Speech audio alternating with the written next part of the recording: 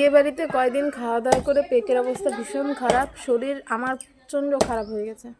এই জন্য কালকেও ফেসবুকে কোনো ভিডিও পোস্ট করিনি। তো আমার বাবা সকালবেলা বললো কি যে ঘরে একটা ডাব আছে, তুই খেয়ে নে। নোংরা ফেলে রইছে। হ্যাঁ, আর এই যে আমার দিদি কি করতেছে দেখো। তুই কে খাচ্ছিস দি?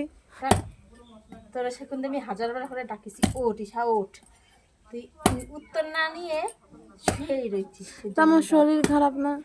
শুয়ে শুয়ে তো আবার যে কইলাম আমি ডাবটা খাইয়ে নিলাম, তুই তাহলে এসি আমি খাবো। তো ডাব তো আমার গাছের ডাব। তোর নাম লেখা রয়েছে ডাবের মধ্যে।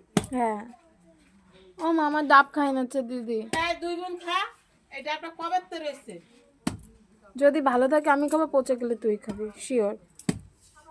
একদিন কি করছিস প্রথম দিদি যে বোনের অসুস্থতায় বোনের মুখের খাবার কাগে খায় না। দেখছো, কথাবার্তা শুনছো মেয়েদের? হ্যাঁ কথাবার্তা শুনছো? সত্যি সত্যি, নইলে তো ও নিজে নিয়ে এসে দিত আমাদের যে তোর শরীর খারাপ তুই খা। ও নিয়ে হচ্ছে আমি খাবো।